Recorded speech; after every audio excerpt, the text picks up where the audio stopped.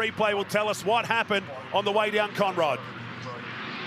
So we're looking in the background there. It's the 18 and the 96, sorry, making contact. So from that angle, it looked like Nathan had a bit of a momentum run on Edwards as he's pulled out to look down the inside of him. At the same time, Edwards has come across. So this is showing the effect rather than the cause. And again, the tree's in our way. It's that first shot that'll tell more of the story. The end result is huge contact for Edwards, and literally making contact at 90 degrees to the concrete wall does so much damage to the front of these cars. Meantime, it's on. We've got two battle packs of two. Heading down to the chase, and another incident happening here. It's Cameron Crick and Walsh getting together late in the race here.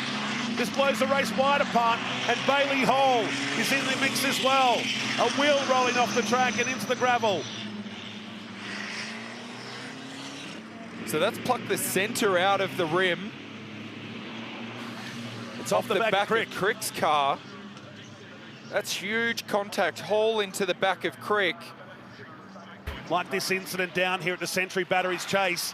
Yokohama replay. We caught this as the cars were coming in. So Crick comes in hot. He's a little bit wide through the kink. Tries to straighten the car, and as he jumps on the brake pedal, the rear of the car is light. Starts to slide around.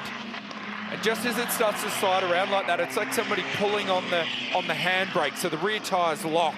And at that point, Crick's trying to get the car back under control. There we go. That shows and tells the story. He's got opposite lock on, trying to catch the slide on the approach to the apex. Wasn't able to. Starts to spin the car. Crick had been around for a while. I thought Hall was in the position that Anderson was there in the 68.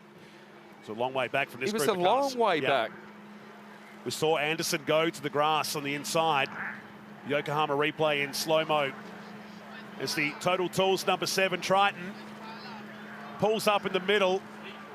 Pretty goes down the inside. Anderson around the outside in that Parenzo number 68. And wait for the arrival of Bailey Hall. The reason why the wheel has been plucked off the back of the Total Tools car. What a shame. And you can tell by the body language, you've got a feel for him. 16 years, first time behind the wheel, and caught up in an incident at one of the fastest points on this circuit. In a race that's just had everything here today. We've still got one more to come. How many cars are going to survive?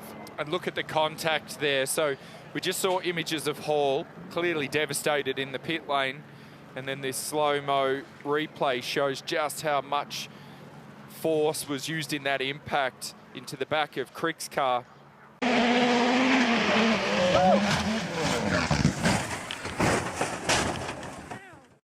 We have witnessed one of the most dramatic finishes of the season on the Catalan tarmac. Sébastien Ogier with a lead of almost 50 seconds, dramatically crashing out within sight of the finish line. Moments later, Andreas Mikkelsen having done just enough to hold off Jari-Matti Latvala. 55-year-old Bruce Allen in the right lane. Kenny Koretsky in the left lane in one of the most horrific crashes we have ever seen.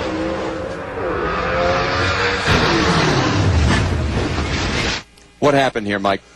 Well, what happened was Bruce Allen in the right-hand lane got the car a little bit loose, and it moved over towards wall out of the groove. When he went to correct, it was basically with no downforce. It rotated the rear end of that race car around, trying to spin it out. And then when he hits the rubber in the middle of the racetrack, he tips it up on his side.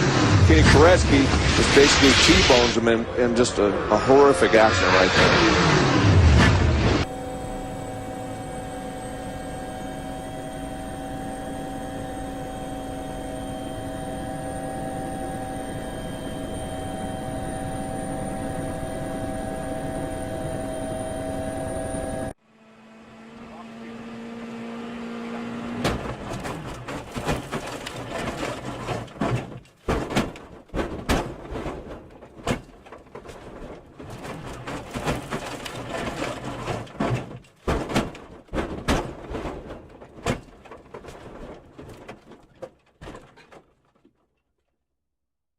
here car. we go. Okay, we're watching on board with Elio Castroneves now heading to turn number 1. He's going through the chicane right now, Mike, over the railroad tracks into the rough part, heading down to turn 1. Obviously, Tony Kanaan's going to be behind Braking him. zone here, Braking coming up. zone, getting ready for the braking zone. Elio moves to the inside.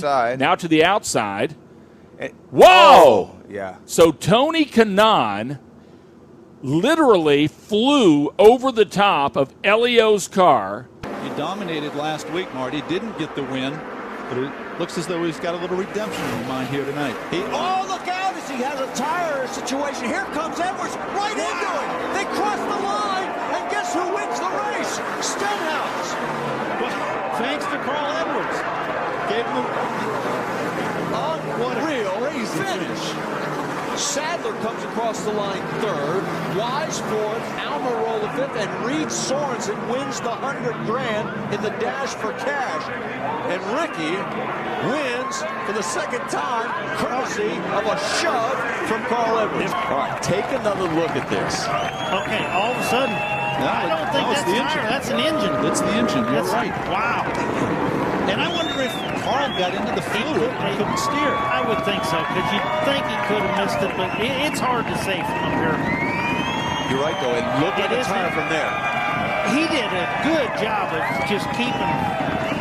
He had smoke and oil, I guarantee you. He just couldn't miss him. All right, let's just listen this time from Carl's perspective.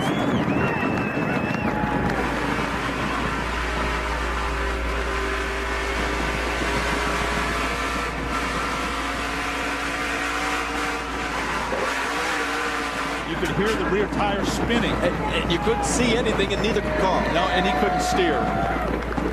Angelelli already in the cockpit, set to go. His return to the Rolex Sports Car Series. Oh, we have lost the Brumos car, the 59, and one of the Racers Group cars. It's the 67. Yeah, and that's right at the, oh boy, that's a mess. They're into the styrofoam barriers.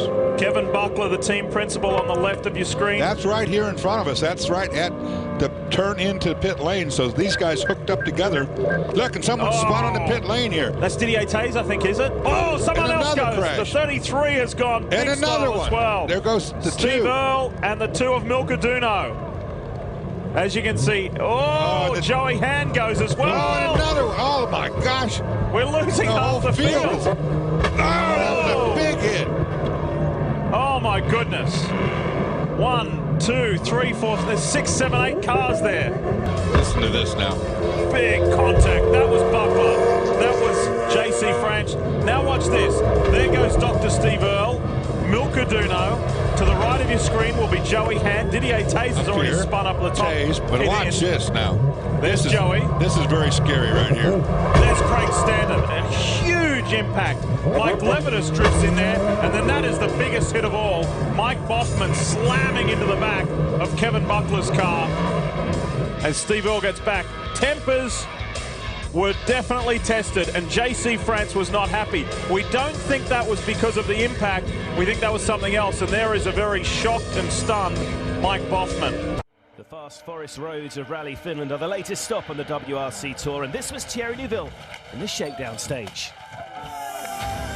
Recent heavy rainfalls have some of the drivers describing the road surface as an ice rink. Hyundai's Belgian discovering the limited levels of grip here before the rally could even begin.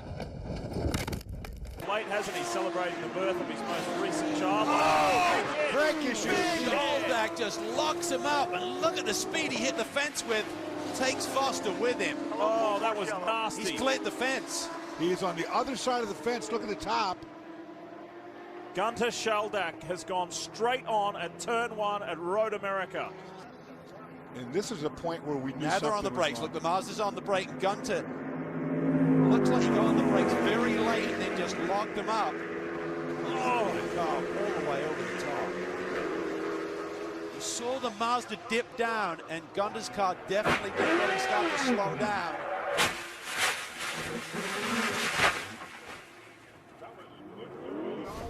Scary moments indeed. There he is, Right. Schaldak. Oh, that's fantastic. That'd be quite a ride.